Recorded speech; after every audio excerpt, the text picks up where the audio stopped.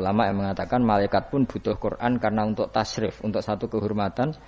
Kan masyhur itu khilafnya ulama. Apakah malaikat itu termasuk umatnya Kanjeng Nabi Muhammad SAW?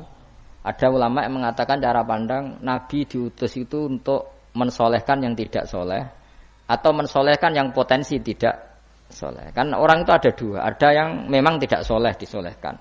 Ada yang potensi tidak soleh. Sebetulnya sudah soleh tapi potensi juga tidak soleh. Terus disolehkan. Nah malaikat ini kan tidak berpotensi maksiat sehingga enggak butuh Nabi. Saya ulang lagi, malaikat itu kan enggak mungkin tidak soleh, selalu soleh. Berarti enggak butuh Nabi. Itu cara pikiran Imam Suyuti. Sehingga dia mengatakan Quran itu memperingatkan semuanya kecuali malaikat. Karena malaikat tanpa diperingatkan sudah soleh. Tapi kata ulama yang lain tidak seperti itu. Malaikat tetap senang sebagai umatnya Rasulullah Shallallahu Alaihi Wasallam karena butuh status tasrif. Tasrif itu keren.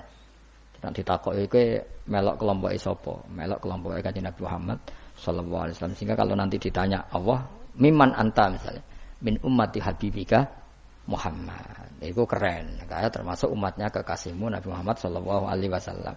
Lalu kamu ngikuti apa? Ya min ahsani kitabik, maksudnya ngikuti kitab terbaikmu ya Allah.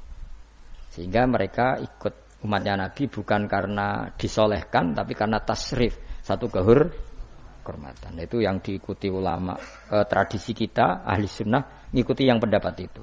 Ngikuti bahwa malaikat pun suka dikategorikan umatnya Kanjeng Nabi Muhammad Sallallahu Alaihi Wasallam karena nambahi tasrif. Nambahi apa? Tasrif. Masyhur itu. Itu Imam Suyuti dalam hal ini kita ngikuti ulama mayoritas, bukan ngikuti yang ini. Masyhur kan Jibril ditanya. Kan itu ketika Jibril ketemu Nabi Muhammad ditanya, untungnya apa kamu jadi safir? Safir itu kira-kira terjemahan bebasnya panitia saya. Jibril itu kan ya jauh dari langit turun bumi, dari langit itu kan jauh. Terus kamu untungnya apa? Karena Jibril itu tahu betul peristiwa yang pernah dilakukan Allah. Yaitu kayak apa malaikat yang di langit bisa diusir karena kesalahan tertentu. Malaikat yang sok suci kayak siapa itu Harut Marut juga dihinakan seperti itu. Dan Jibril tahu betul Allah itu yaf'alu ma yasha. Jadi yang sekarang malaikat bisa saja jadi pokoknya tahu betul Allah bisa melakukan apa saja. Karena Jibril tahu betul Allah karena dia ketua malaikat. Kan kita tahu misalnya ada sejarah siapa? Harut Marut dari malaikat menjadi hina seperti itu. Terus Jibril akhirnya tanya. Ya sudah, Jibril punya terus ditanya Nabi, kamu untungnya apa setelah jadi safir saya, jadi panitia yang ngurusi wahyu.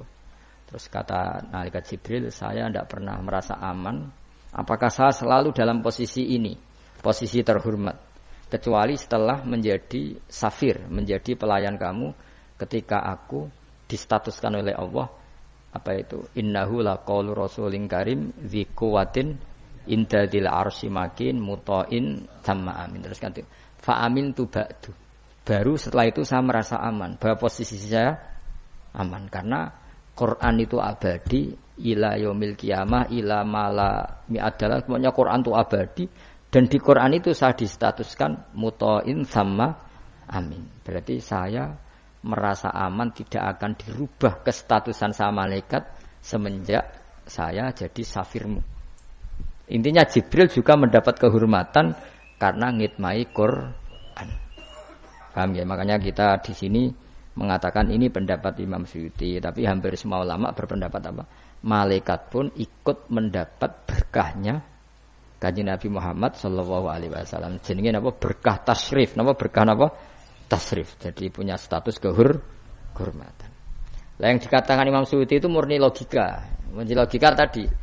Yang namanya Quran itu memberi peringatan supaya yang enggak soleh menjadi soleh. Dan malaikat